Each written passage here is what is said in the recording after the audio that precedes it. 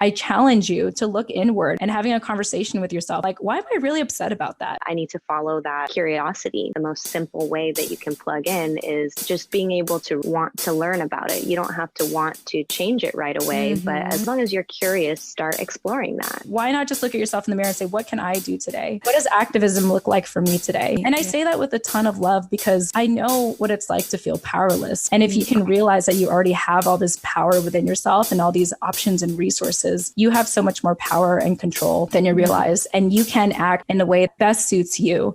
Welcome to the Filipina on the Rise podcast, where I spotlight Filipino women doing big things and making an impact. I'm your host, Crystal Favela, and I aim to promote Pinay excellence, empower our community through our stories while educating the world about us, and celebrate what it means to be a Filipina. Today, we're talking to Jen Amos and Nani Dominguez. Jen and Nani are the hosts of the Filipino American Woman Project, or for short, TFAW, which is a podcast that covers stories and life lessons told by American women of Filipino descent.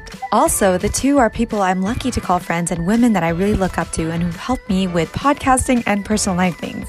Jen is the founder and co-host of TFAW. She's an award-winning podcaster and online entrepreneur and an advocate for promoting personal narratives. She runs 4 different podcasts, and her favorite topics to cover on her shows involve military families, entrepreneurs, women, and mental health. In August 2020, Jen participated as a speaker for PodFest Global.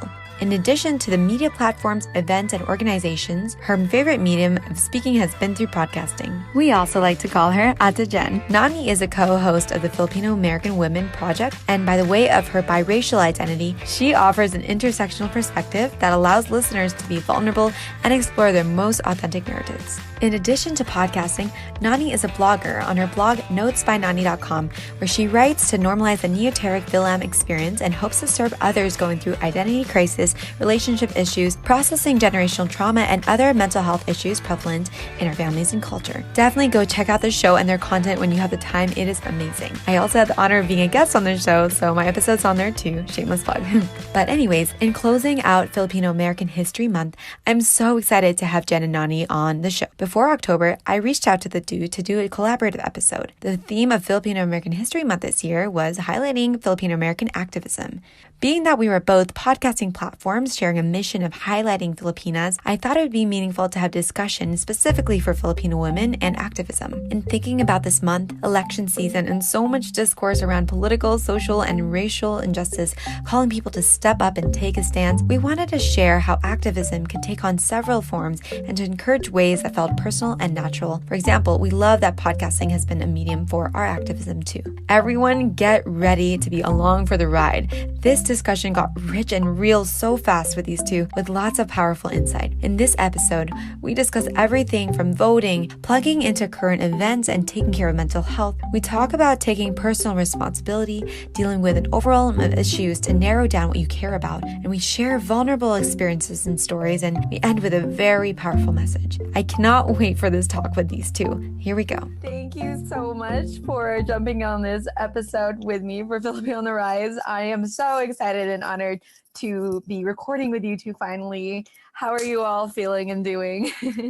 Yes. Oh, go ahead, Nani. Yes, no, doing good. Just having a lot of technical difficulties trying to get on this call. But now that we're here, doing much better.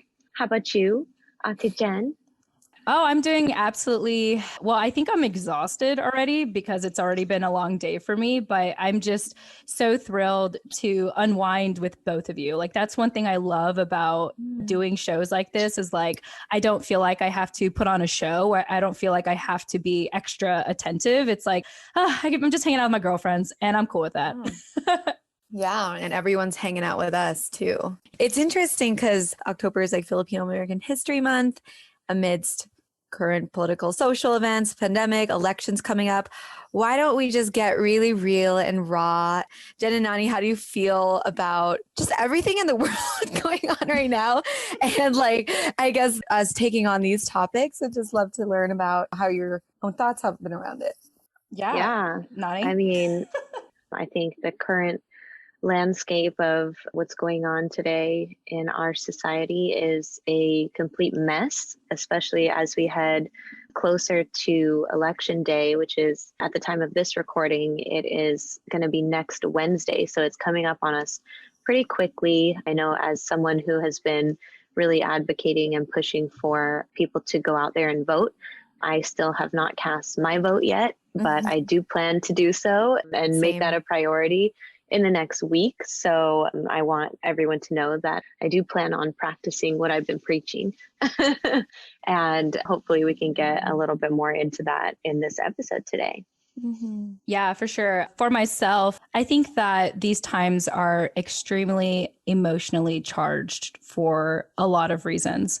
At the time of this recording, we're still in the pandemic. We're still practicing social distancing. We're still, staying at home because we have to. And for someone that loves being at home, I like it when it's an option, not when it's mandatory. And so here I am feeling like super stir crazy. And, fortunately, my husband and I, we actually went on vacation recently. Like we were out in the mountains for a couple of days. And by the time we got there, and I was telling you this, Crystal, offline, we actually didn't have Wi-Fi when we came there. And so it was really an opportunity for us to unplug. But anyway, I think my thoughts right now is that, yes, it's an emotionally charged time right now. Like people are, you can see it just on social media. Like I feel like I've kind of backed away from social media. I'm on there like selectively, but you could easily just get enraged. You can easily be anxious and depressed if you're on there because it's just so, like I said, going back to the word emotionally charged right now with everything that's going on. And in theme of Filipino American History Month this year being about the history of Filipino American activism, what I encourage everyone, and this is sort of what I'm telling myself to do, is to show up and to really act out the verb act in the word activism. Like now is a time to act, based off of what you're angry about, based off of what you're upset about, based off of what you're passionate about. You have to act. And so with that said, I also want to add that my husband and I, we initially opted in to do a mail-in ballots to vote right now, because it's like, yeah, it makes sense. Like we want to get it mailed in, we want to practice social distancing. However, really these last couple of days, and especially since the last presidential debate, if anyone watched that, we felt a sense of responsibility to show up in person. And the thing is, if anyone is curious, if you opted in for a mail-in ballot and you want to actually change that, you want to vote in person, you have to bring your entire envelope that was mailed to you with your ballot, and you can give it to them there in person, and then they'll just mark it void so that you can vote in person. And let me tell you, ladies, like it was very shocking to go in person because it was long lines outside of the place, the location we were going to vote. It was, you saw the signs like socially distanced, 6 feet apart. Everyone was wearing masks. And it took us almost an hour and a half just to make it to the voting booths. Yeah. And actually it was funny because we had our dog, because we are very attached to our dog. So my husband couldn't go in with our dog. So he's going to go in on another day. But I was able to go in and vote in that way. But yeah, it took us almost an hour and a half. It was like Disneyland lines, y'all. But let me tell you, the presidential election I voted stamp to me is so much more impactful than the mail-in ballot. It's something for me where it's like, I had to show up. Like I had to. Like this is a time where I need to act. I need to be there. Yeah. But I also, one thing I want to add about that experience is that it was so crazy to see that. It was so crazy to stand in that line for as long as we did, especially on a work day, on a Monday. But let me tell you, it was also really inspiring. It was really inspiring to see how many people showed up to vote in person because they felt like it was that important to them. So that's part of why I feel like I want to encourage anyone who is able and willing and courageous and will practice social distancing to vote in person, because this is a historical time, y'all. Like, it is a historical time. Like, we will not forget this time. There will never be a time like this where people are going to the ballots wearing masks. You know what I mean? Like the voting polls.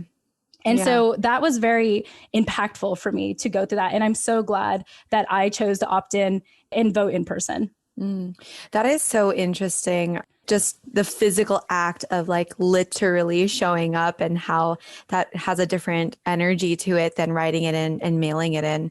And like you said, this is like such a monumental time. It's making me rethink like, yeah, it'll be so much easier to mail in, but I think I'm going to figure out how to do that in person.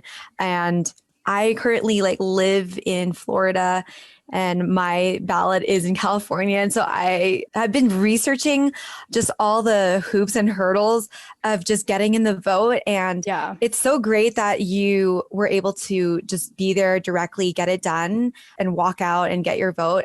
I get so frustrated with how complicated it still is for just to figure out how to do it and like the registration timelines and deadlines and the process of it. Mm-hmm. It really gets to me that there are these like hurdles that we still have to face. And it's like voting is one thing, but like figuring out how to and coordinating your life around that. I don't know, anyone's thoughts around that? Let me just say this. If you can vote in person, you should vote in person, because I know how you're feeling, Crystal, because like this morning, Scott and I spent some time trying to dig up all the paperwork. We were like, where's our ballot? And reading it and seeing like, okay, well, if we want to mail it in, where's it going to go? When's it going to arrive? Confusing. And it's like I said, obviously the mail-in ballot is there for a reason.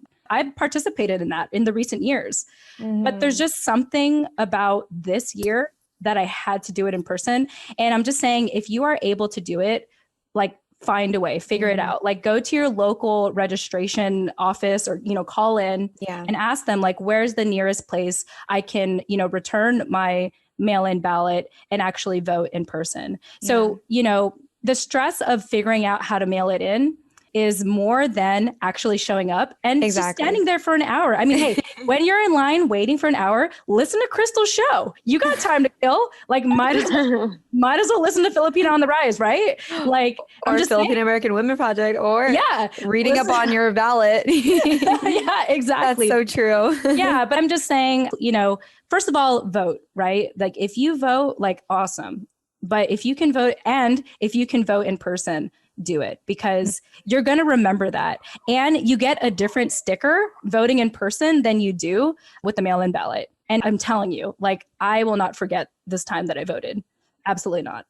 Yeah, it's absolutely a time that's going down in history. And especially, for this specific election, there's been all this talk and all this news coming out about how they're trying to suppress your vote. And so we really have to, I think, hold that privilege that we have of voting with as much weight as Jen is trying to give it right now, because it does truly mean that much. And, if you've already figured out the kind of channels of either mailing it in or going in person, then kudos to you. And we're so proud of you. And if you haven't, then go in person on the day of, and vote at the polls and make sure that your voice doesn't go to waste, because otherwise it will. If you're not actively using it, it will be taken at some point, because that's the structure of the world we live in today. So I think that's also why it's especially important. Yeah. And the last thing I want to add on that, it's so crazy. I didn't realize I'd be so passionate about this, but because it just happened, it's very like fresh on my mind. But like, early voting is available right now. Like right here in Virginia, like they've had the polls open for, I think, almost 2 weeks now. So you can like, I didn't even know that. Yeah. Check your local area, but they're allowing that. So for us, it's between, I don't know, like last week till the end of this month, where you could actually go in person. So you can find time. You should find time. You will find time.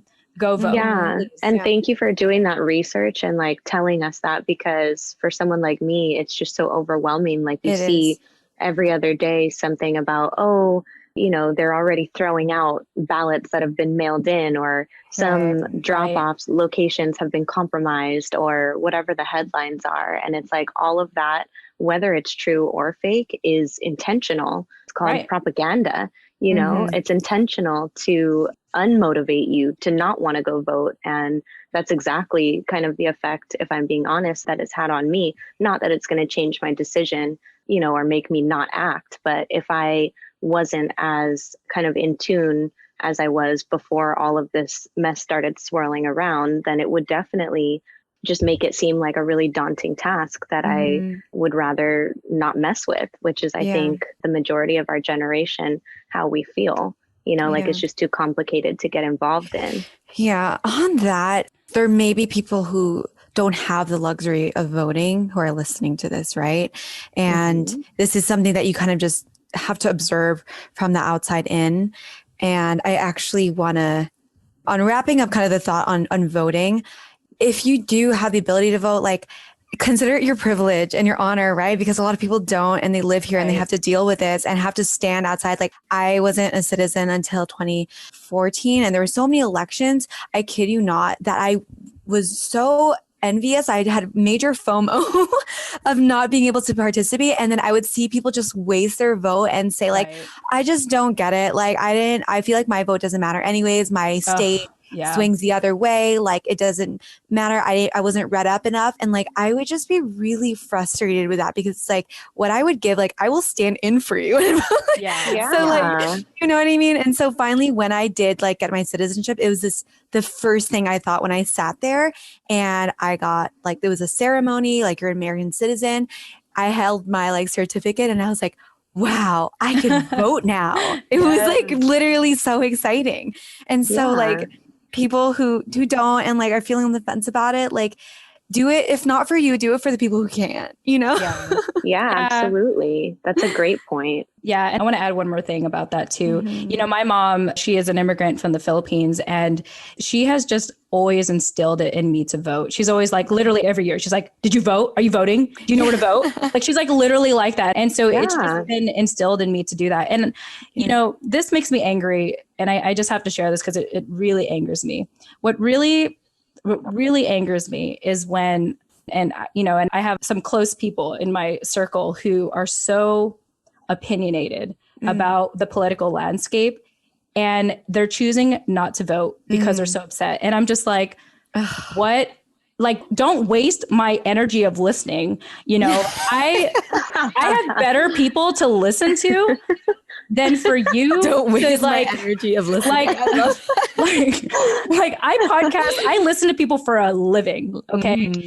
And I listen to people who are action oriented. And if you're here venting and you don't act, it's like, what are you doing? You're wasting. It's like, it's not useful anymore. I think like I heard, I don't know who said this the other day, but they were like, it's not ideal anymore to just present problems. It's like, if you're going to present a problem, also bring a solution with it. Exactly. Yeah. Amen. Yep. Amen. Otherwise you're just complaining or whining. Exactly. Don't need more of those.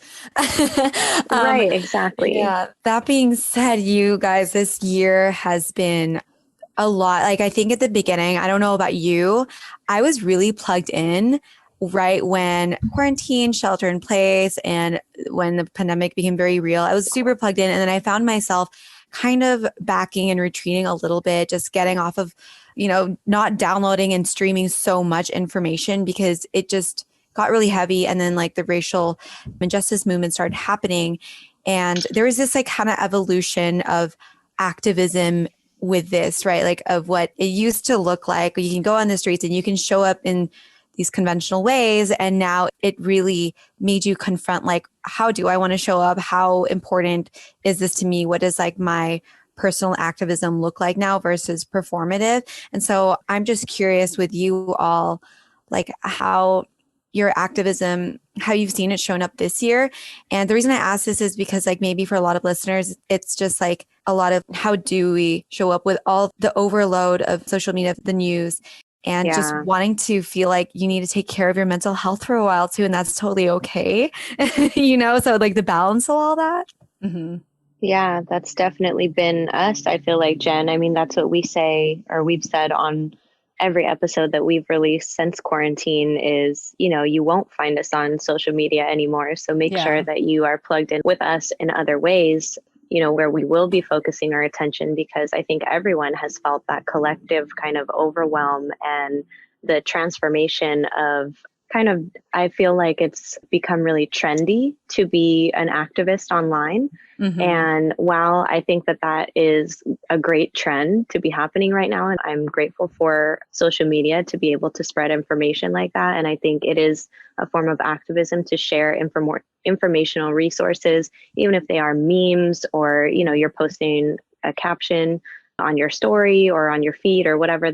Those are all great things. But I think what I have been trying to encourage our listeners to also be doing is to think about the ways that they can incorporate the information that they're learning or teaching online through social media, blog posts, whatever, into their everyday, like real lives, you know? And so, like Crystal had mentioned, it's not necessarily limited anymore to the more conventional ways of plugging in, which would be, you know, like attending protest, going to a physical protest, or joining like a grassroots organization, or things that seem like they're going to take up a lot of room on your plate, rather than actually taking those things that you're learning online and applying them to your everyday life, meaning, you know, start a conversation with your family, a difficult conversation with your family that you know is taboo, or that you guys don't normally talk about, or that you know that there's, you know, some kind of problem that you're seeing show up elsewhere in the world that you can address right there at home.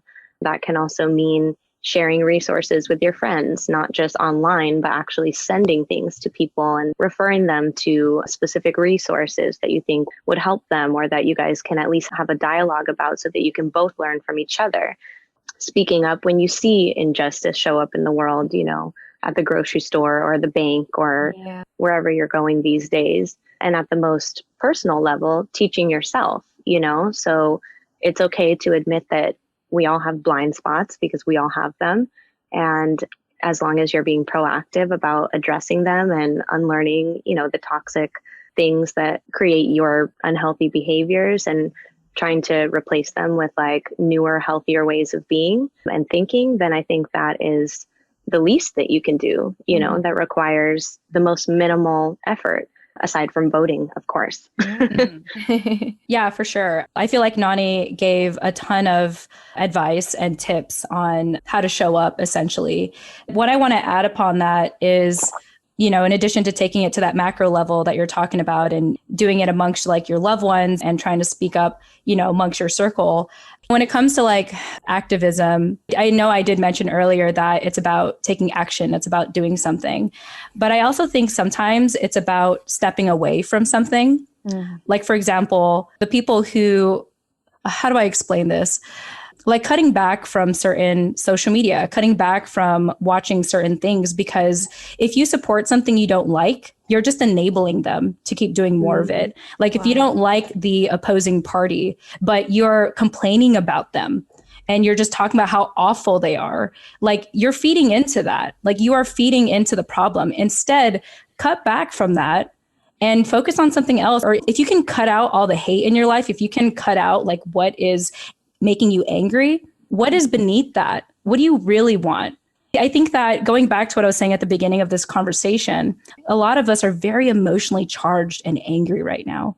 And I get that. I absolutely get that. At the same time, that doesn't serve any of us. It just makes us angrier. You know, instead, it's like, can we peel? And I'm speaking from people that are in my circle that makes me angry, because it's like, you are more than that. You are more than being angry. You're more than being emotional. Like, you can make a difference. Like, stop looking at other people and what they're doing and look at yourself. Like, what are you doing? What are you cutting back on? And even if you cut away all that anger and all that rage and you don't know who you are, start there.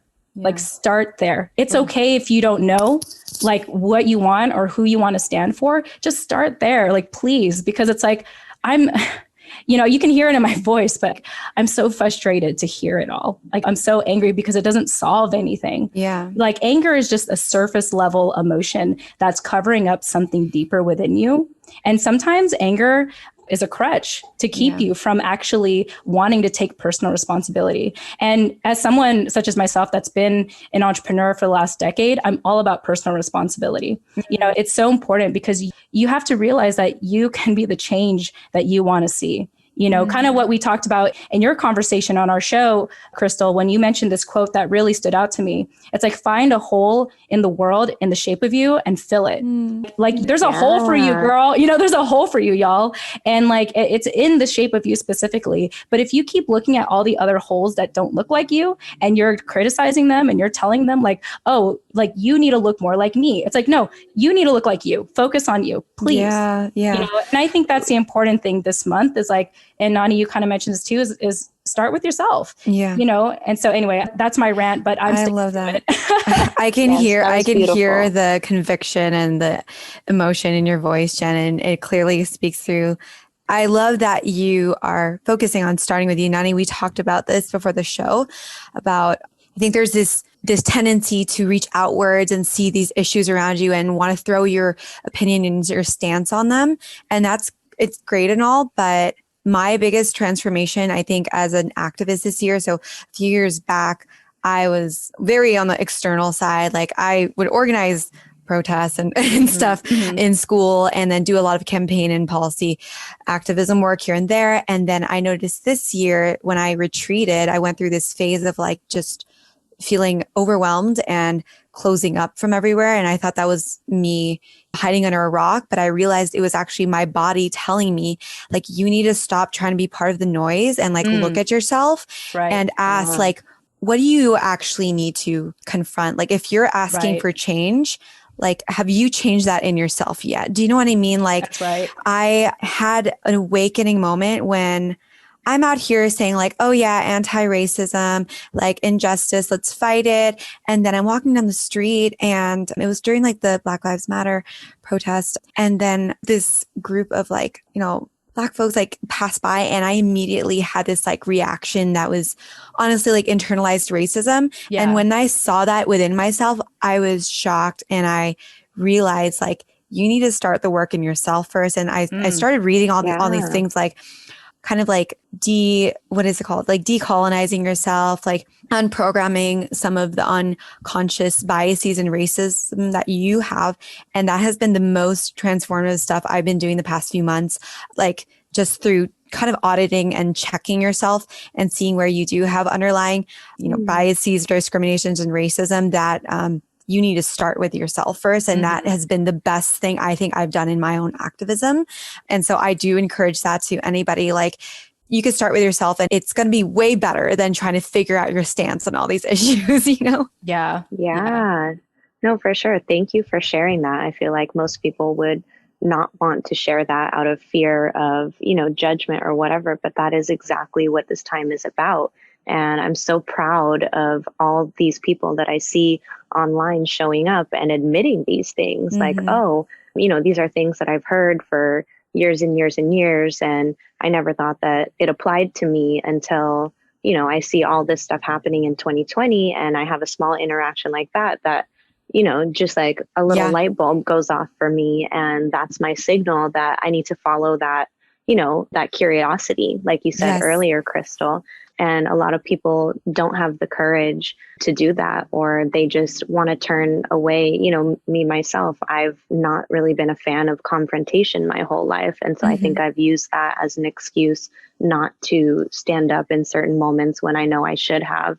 And that's what this time has really been about for me, is learning how to just spit it out, because I'm always thinking it. I just rarely say it because I want to avoid confrontation, like I think a lot of people also tend to do. And so, that I think, again, is the most simple way that you can plug in, is just being able to recognize it within yourself and want to learn about it. You don't have to want to change it right away, but as long as you're curious about, why are people so upset that people feel this way? Or why are people so upset that people react this way? And if that's something you can personally relate to, start exploring that. Yeah, absolutely. I think one more thing I want to add about activism is that it's going to come down to trusting your gut, because what you both were talking about, like activism is not just what you see on television. It's not just doing the marches. It's not just holding up the signs. It's not just like, posting stuff on social media or what have you. And it doesn't have to be so radical.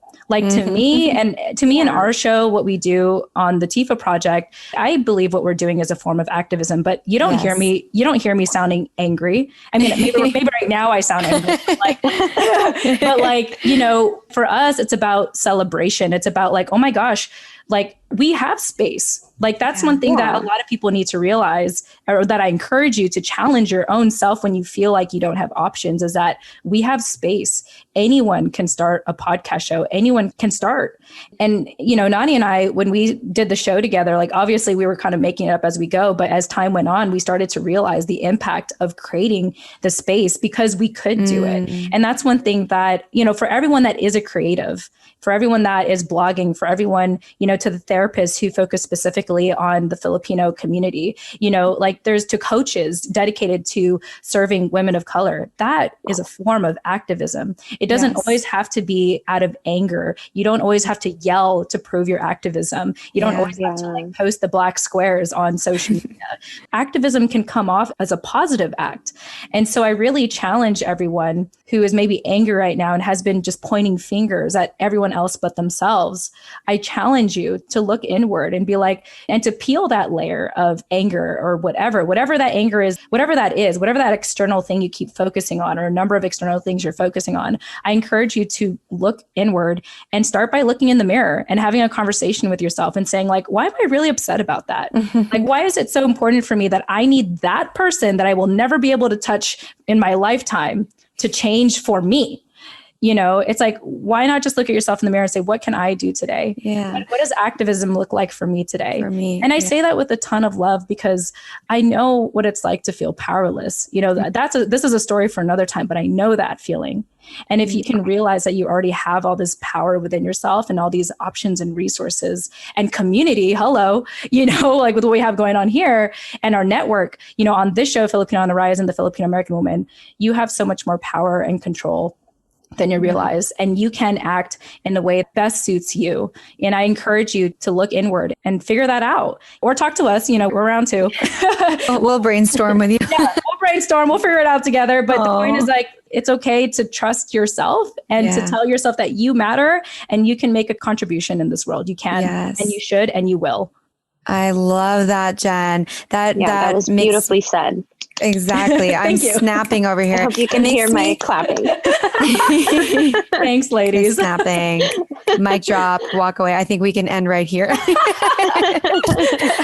No, I love that. It makes me think of this concept of arts activism that starts to transform activism and showing up in, sometimes you see it, like you said, in this angry, this clenched fist, this negative light, into something that can actually be very beautiful and celebratory. And I'm seeing that in so many different forms now. Like we can get creative and very personal with our activism. Someone that I just had on the show, she's a yoga movement dance instructor, and she takes activism in the form of that, like holding classes that allows for, bringing up, talking about social justice, or just like the mind and body spirit connection when it comes to justice and activism in the world through yoga. Like that's so cool. It's like really so creative. And then we see people who like paint these beautiful arts just to deliver a message and to provoke discussion and thought. It doesn't have to be these rigid forms. You know what I mean? Like what creative forms have you all seen? Oh, man. Oh, yeah, that's a good question. Those are really good examples, though. Yeah, I mean, I like how you mentioned art activism, Crystal. I've never heard that term. And I like, as soon as you said it, I was like, yeah, like that makes sense. You can create activism. You can create, you can use art to create activism. So, like yoga is definitely one. I think just art in general, like we had a guest on our show, Anna Did a Thing, who, who lives in Boston and incorporates, Filipino artwork into her, and Nani, you can help me out if you recall this conversation, but, into her chalk artwork on the streets of Boston, and I hope I got the right place for that, but I'm gonna have to like check my notes. But, her artwork is one thing. I think about, some of the therapists we've had on the show who specifically focus on helping women of color or queer people, or BIPOC people, not just therapists, but coaches as well. And I just think that there's so many ways. Activism doesn't have to be reactive. It doesn't have to be a march. It can be proactive. It can be like, hey, let's prevent this. Let's work through, let's decolonize ourselves, as you both have mentioned. And there's so many avenues to do that. I feel like I was sort of repeating myself with the examples, but I just want to stress the fact that, if there's anything that people should take away from this conversation is that, holding your fist up in the air or holding up signs and being angry, that is valid. That is so needed. It's just not the only thing that's available to practice activism. Yeah, there's also all this other behind the scenes kind of work. So just a couple that I could think of off the top of my head, like in my social circles that I've seen are like when the presidential debates were going on, some of my friends wanted to host like debate parties. So, you know how people have like fight parties for boxing or whatever. We were going to have like a debate party where we all got together and did like potluck style, watch the debates. I don't think that the debates were even worth all of that, but you know, it was a creative idea. And then another kind of pre-plug that I have that I'll be including as soon as it's ready in our next newsletter, in the Filipino American Woman podcast newsletter. I'm working with my best friend. She's going to create for us a Filipina friendly voting guide. And I'm going to try and push it out as soon as possible, because she's really into like learning about all the propositions and measures and people that are on the ballot. And I'm really not. And so I asked her help if she could break down, do like the most abbreviated possible version of a breakdown on a voting guide, specifically from a Filipina American lens. Wow. I love and kind that. Of really highlight the measures and things that specifically speak to our community. And so as soon as that's ready, I am going to be pushing that out. And Crystal, I can also share that with you as well to share on your platform when it's ready. But yeah, hopefully that will be a really good resource for you guys. And I mean, hopefully it will come, we can get it out, you know, as soon as possible. Cause I know, again, the election is on a Wednesday coming up already. So yes, TBD on that. Now I have a reason to say I'm holding off why I'm procrastinating on voting, because I'm waiting for the Filipino friendly voter guide. There you go. Exactly. Another thing with anyone like who is struggling with the voting part, like there are voter guides that are put together that you could just like plug into an organization or a group that you already trust, and they have voter guides for you, you know, right? Read up on. And so like this one, Nani, I think that is such a great resource, and thank you for putting that together. Like those really take a lot of research and kind of crafting to do. So I put one together before for my student body, and it was just like, it was a lot. Yeah, so a lot of work. Yeah. Well, I want to address something that me and Nani actually talked about before, and it's overwhelmed when it comes to the issues to care about. You know, like it seems like everywhere you look, everything's demanding your attention about like what's a very critical topic or issue. You need to care about this. A bunch of 100 other issues like climate change, racial injustice, like education policy. Like there's so much out there. And I have an answer to this too. But what is a message that you want to say about like overwhelmed with the number of issues one can care about, that it might like paralyze someone to like not even know where to plug in, and this need to like, I need to read up on everything and be knowledgeable about everything if I even want to be a part of this activism or like showing up? Yeah, I would say to pick one or two topics to start with and really like sit down and spend some time and attention thoroughly exploring those before you move on. I know that especially when you get on social media, you'll see, you know, one thing about racism, and then you'll see the next thing about climate change. And all of these posts are important, and they all are addressed with such urgency that it makes you want to act, you know, right then and there. But I would urge you to, just limit the topics that you're looking at to just one or two maybe, so that you can actually get a thorough kind of analysis of them before you start forming your opinions and things. And then the more you understand about those one or two topics, the more you can tie them into why the next one that you're going to study is important. Yeah.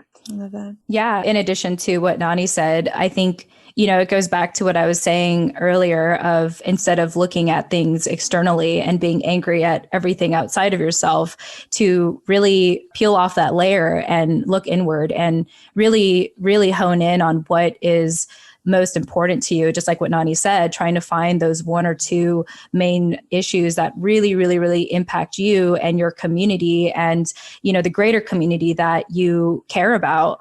And I also just want to encourage people, and this will probably sound a little controversial, but you don't have to fill every hole, every circle in the ballot. Like you don't have to. Like you can just, fill in the bubbles that are most important to you. because it's better that. It's fun fact. It's better to make, a very educated decision than an uneducated one. To just look at someone, it's like, oh, I don't know anything about them, but I like their name, or, oh, I'm going to vote for them because they're that party. I know nothing about them, but I know that they're this party. And so I'll admit, when I was voting, I didn't bubble in everything, and I'm okay with that, because I don't want to make a decision. I don't want to bubble in something just because I feel like I have to. This is not the SATs. Okay, y'all. Yeah. You're voting your interests. Like, you're not going to like have less of a score if you don't fill in all the bubbles. So I just want to test. I just want to share that with people, because I think, like, just going back to what you both are saying is, everyone kind of has this paralysis by analysis when it comes to, first of all, wanting to vote. And then secondly, when you want to vote, like, just the overwhelm of all that information out there. And so I encourage you to, look, just like what Nani said, like, focus on what matters to you the most and vote on the things that matter to you the most. Everyone, if you haven't checked your mail lately, or if your mail is piling up, everyone has a sample ballot that gets sent to their house. You could actually see ahead of time. And that's actually what I did. Like, we pre-filled our sample ballot before we went to the polling booths, because, I can just pull that out like my own cheat sheet. And rather than sit there and contemplate, because, this is the pandemic, I don't want to hang out there for too long. I can just, I just pulled out that cheat sheet, and that I pre-filled after, talking about it with my husband and being on the same page with things, and then just bubble it in. And I was able to get that done really quickly. And, the best part was actually submitting the ballot, because I was able to, with my own hands, put the ballot in the machine that scans it and says, you voted, like, your ballot has been accepted. I'm just like, yes. Wow. How validating. Yeah. It's like, I know it went in. I saw it. I was there. I held it. Right. Versus you drop it in the mail and it may or may not get there. Yeah. So again, going back to, if you can, you should vote in person, because the impact of it is so much different. But anyway, just going back to what I was saying to summarize, like, you don't have to fill out everything, but vote, vote for something, please. Or Wow, Ante, you're coming with all the voting I tips. know. Thank you. I'm so glad that at least one of us came in and did it already, because like, neither me and Nani, we will.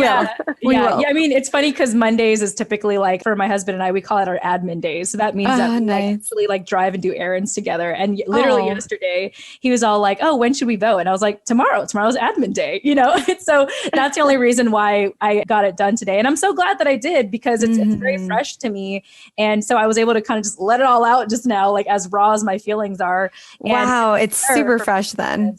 Yeah. Oh yeah. It like literally happened, like, I don't know, like 8 hours ago at this point. So, beautiful. I can hear it in your voice. I love the amped up energy in it. It's making me like, I'm going to go tomorrow, but I have to wait for the voter guide for Filipinas. The patriotism. Yes. I know. TBD. No, but I'm so glad. I actually didn't even think about, like, you don't have to fill out all the holes, like, regardless if that's controversial or not. I think it reflects, like, you don't have to spread yourself out across all things. Like, it's actually better to, like Nani, you and I discussed, to go deep in a few things rather than spreading out in all of them, whether that's in voting or even about caring and being vocal about certain issues.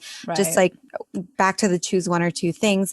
And like, last advice or even exercise, that best practice, or I would recommend, is sitting with yourself and like thinking, like, what do I really actually care about? And it doesn't have to feel like a political thought, or it doesn't have to feel like, what social issue do I care about? It's like, what is like making your heart like beat, for better or for worse, when it comes to, like, when you hear about things, when it comes to like issues that get your blood boiling, or that you find yourself excited to talk about or find a solution to. Because I think starting with that and just like following yourself, it'll lead you to find, like, it'll lead you to research and find how your activism and it's expressing itself. Like, an example I would say is, like, my little sister, she is in middle school and she's having a really hard time, like, doing school in quarantine and virtual classrooms. And it's so sad to see her and her friends, like, their mental health is deteriorating. And it's because the education system, they are not innovating enough to like keep up. To keep up with virtual learning. They just think they can, like, they could replicate it. And it's not good for how kids are learning. They're missing out a lot on holistic education. And plus, it's actually exacerbating already like education gaps. Like if the people who don't have like parents at home to help them out, or they don't have all this technology, all these educational gaps that were already there are just becoming more prominent. And where I find the touch point for me is like literally seeing my little sister going through a mental health crisis because of this. And like, that makes me so like sad to see. And so like, I just get emotional, like hearing, like talking about this right now. And of course. Yeah. And like, and the stress also falls on you and your parents and whoever else are in the house with them, because again, the schools just expect you guys to pick up that slack and make sure that the kids are in the Zoom class, paying attention, you know, and so and they're just not developing on the kid. Same way. On the whole household. Yeah. Totally. And can you imagine if you're like a one parent low income household? Like I can't imagine what they're going through. Who has to go to work? Who's like an essential worker? Yeah. How do you juggle that? Right. And so I use that as an example because it's made me like, even though I feel overwhelmed by like all these issues, it's made me like go online and find like our, you know, candidates or like legislators and politicians who are actually like acting on this and find that and wanting to give that support there and finding like the natural unfolding of that. Does that make sense? Right. Yeah. So anyways, thanks for letting me share that. I would love to learn, like, for you all, what have you found to be like certain issues that you really care about outside of voting, of course, because I think we're all passionate about that you found like, oh, it's allowed for a more positive and empowering kind of involvement for you? Yeah, I would say one for me, I'm probably a prime example of someone who has tried to plug into too many different movements at one time and really spread myself too thin and felt that overwhelm, and then gone through the motions of unplugging and backing out of all of those commitments, you know, temporarily, and then coming back refreshed and really just plugging into one or two, which I would say would be the current racial injustice in America right now, and defending press freedom, specifically in the Philippines, although we are seeing that bleed into the United States as well now. So those are two topics that I would say are probably most prominent for me in kind of, just to go on about the press freedom thing, specifically about the anti-terror law and educating people about that, and just really getting people to understand how this is just such a blatant attack on human rights. And it really doesn't only affect people in the Philippines, it affects anyone around the world that uses the internet. So that is just something to me that really hit home, because I'm a blogger. I like to, and a podcaster. So I like to speak on those platforms about injustice that I see both here and the Philippines. And that law specifically has threatened my right to do that. Since that came out, I've put my profile on private, and I've made certain posts that I've written on my blog private because I don't feel comfortable with them being public, although that's also a threat basically to my activism and a way that I can show up in my personal life when we talk about the theme of activism is to, I don't want to say just stop being so scary, because it is going to be highly scary if I do go back to the Philippines and am tagged, because that could end very badly. But at the same time, you have to measure that with the importance of having the right to even post those things, or speak about them on a podcast. So I think we've been warned, at least on our podcast, TFAW, back in as early as episode 16 with JL, who I'm sure many of you guys already know who I'm talking about. But she started off that episode talking about how they're coming for our right to voice our opinions, basically, and that even things like blogs and podcasts were going to be kind of under threat soon. And that's exactly what we're seeing happen today. So that's something that I hold really close to my heart, and that I am actively kind of just considering and bantering back and forth with myself about on a day-to-day basis. Love it.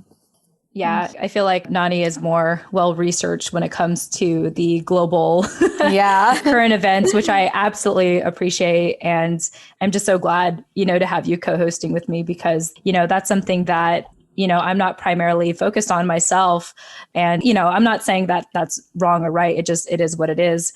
As for myself, when it comes to like the type of issues that I support, for me, I think it's more, I support things that are more like, how do I explain it? Actually, I think the best way I can explain is by reading this quote. This is actually a quote currently in my Instagram profile, my personal account, and it's by Alice Walker, who is an American novelist. And this quote goes, "The most common way people give up their power is by thinking they don't have any." Mm. And I think that, it goes back to how I feel so enraged by certain people, certain loved ones and people I know in my circle where they're just angry, but they're probably not going to vote. They're probably the people that may not vote. And I don't know, but I know one deliberately told me that they're not going to vote, and it's their choice. It's just that, again, don't waste my listening, my listening ears if you're just going to vent to me, and you're not going to take any action on it. So anyway, with that quote in mind, I have grown this very personal responsibility to inspire people to embrace their personal narratives and tell their story. And this is in different areas. So the obvious one is through our show, the Filipino American Woman Project. A lot of women who on that show who are sharing their story, it's the first time they're sharing their story. It's the first time they've been on a podcast. Some of them, it's the first time they felt heard, seen, validated, and started to experience a form of self-healing. And I think that a lot of us in general don't think we matter. And that's very sad. And I know that's a result of colonization. And I feel like in every story that we do, and Nani and I can attest to this too, we get messages all the time of people saying, "Oh my gosh, I'm crying right now. This episode means so much to me. Thank you for doing this." And it's really grown, like I said, a personal responsibility in me to continue to promote personal narratives. And in addition to what I do for our own community, I actually also do that in the military community. So a little bit about my background. I don't know if I talk about this a lot, but I was a military child, and I'm also known as a Gold Star daughter. And what that means, if you're hearing this for the first time, is that you lost a family member while they were on active duty. And for me, that was my dad. I had lost him when I was 10 years old.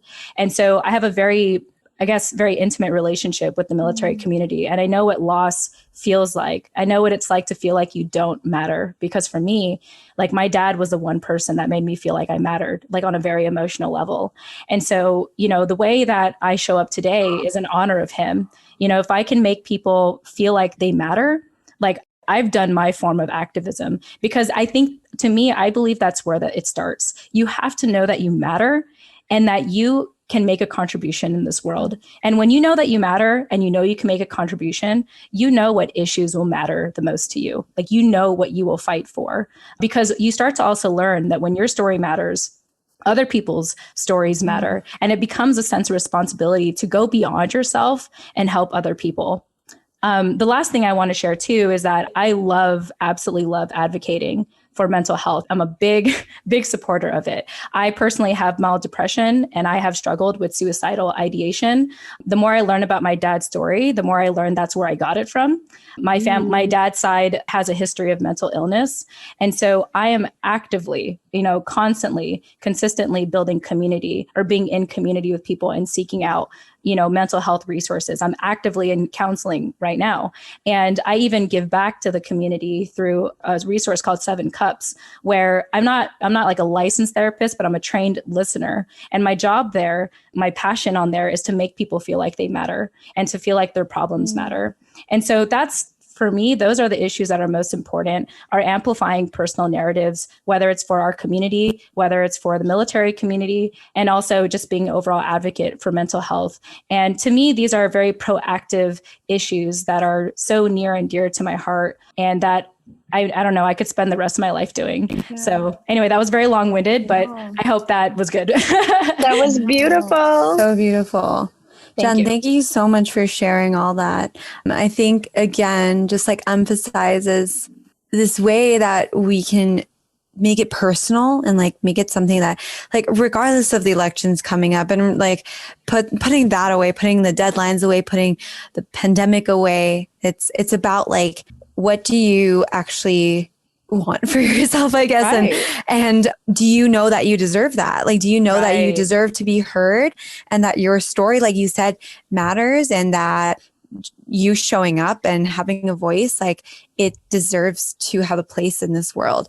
And so I think we can easily get caught up with like, oh, I need to be doing this and I need to be plugged in. I need to like be a good citizen and all this stuff. Like that is second to you being a human who has the right, I guess, to be seen, felt, heard by society, by your family, by leaders in like whatever role you have in life. And I think what's so beautiful is that each of us have given an example, I think, of what this could look like, and it's sustainable and it's true to you. It's authentic. You know what I mean? So thank you so much for sharing that story. I think it's super inspiring.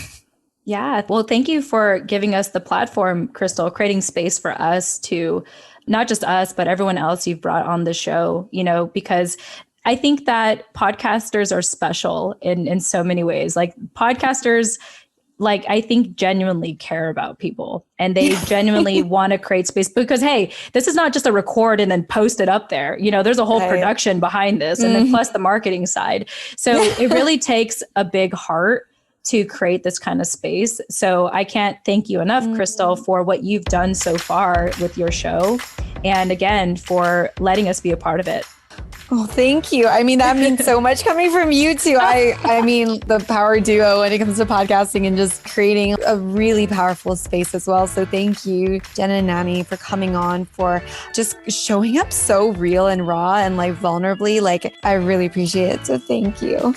Oh, we appreciate you. Thank you for having us on. I got such like inspo vibes from both of you. I love that. So yes, I hope that everybody else caught that.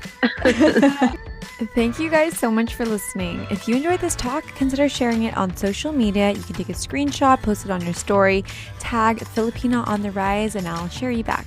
I'd love if you could leave a written review, as this helps our show get found more. I will read out your review and give you a huge thanks. All right, everyone, stay informed, stay kind to others and yourself. All right, everyone, take care.